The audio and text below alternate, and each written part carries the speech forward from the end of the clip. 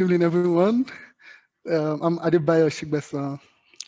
Adebayo being my first name, and some of my interests generally are applied machine learning, software development, which is some of the things I'm pursuing here at CMU, and other what I like to call non-CMU related interests include causality, behavioral psychology, philosophy, and chess.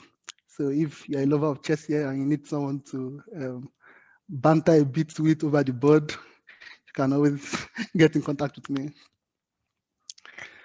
So when I started thinking about my icebreaker, there was just one topic on my mind: time and chance.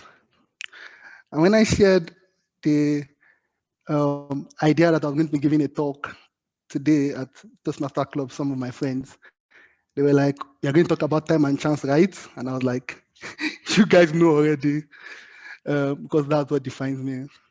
So I will just be taking you through a short journey of why the concept of time and chance is a very important one to me, and I want everybody to learn from that. So as a teenager, I was very, very interested in the concept of why. You tell me God exists, I'm asking why. You tell me you have to go to school, I'm asking why.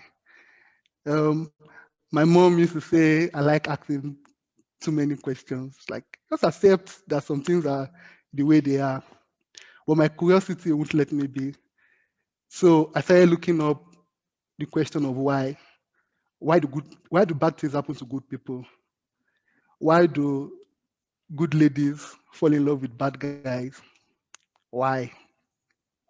And it led me to chaos theory and the butterfly effect. And this quote is a very interesting quote that I really enjoy so much. Edward Lawrence that discovered the butterfly effect came up with this quote, and he said, if the flap of a butterfly wings can be instrumental in generating a tornado, it can equally be instrumental in preventing a tornado.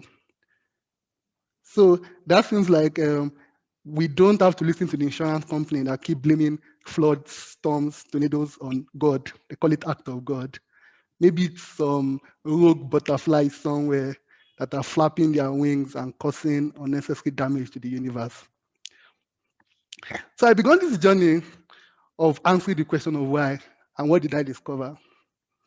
I discovered that life was stochastic in nature. Life was random.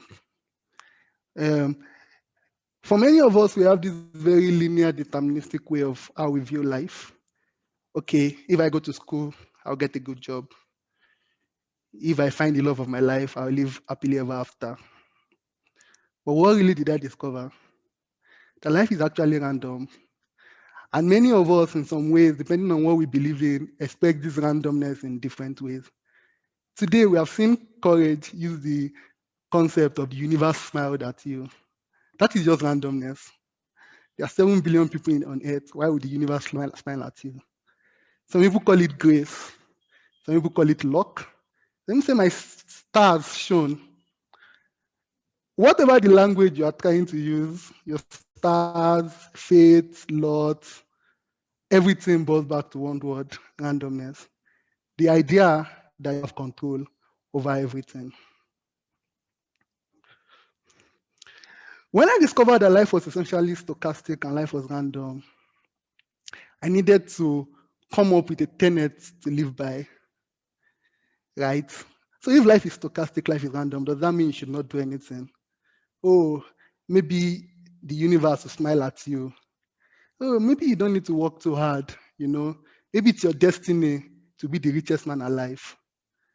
Or maybe just one day I'll score more goals than Lionel Messi.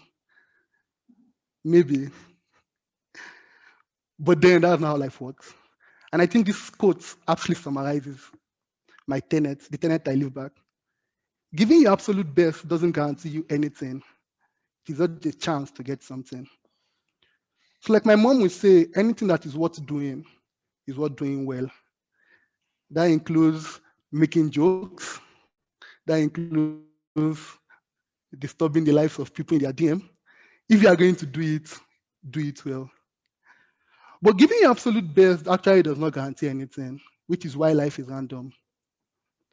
Yet, I sought and I seek to give my absolute best every time because, like Jurgen Klopp says, it is the only chance you have to get something.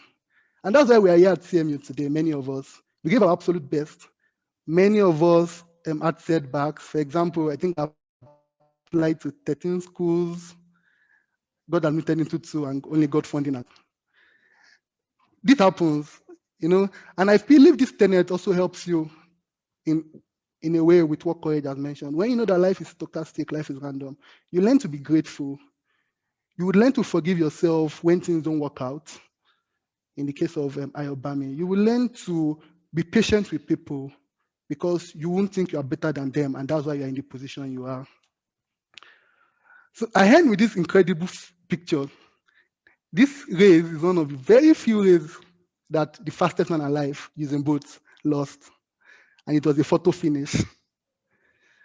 And as you see, that sometimes even the fastest man alive would lose some races. Like this quote says, the race is not always won by the swiftest. The battle is not always won by the strongest. Prosperity does not necessarily belong to those who are the wisest, and wealth does not always belong to those who are the most discerning. Most of all, success does not always come to those with most knowledge, because time and chance, my favorite words or set of words for randomness, may overcome them all. So anything you do in life, learn to factor this in. Thank you. Amazing, amazing, amazing, amazing.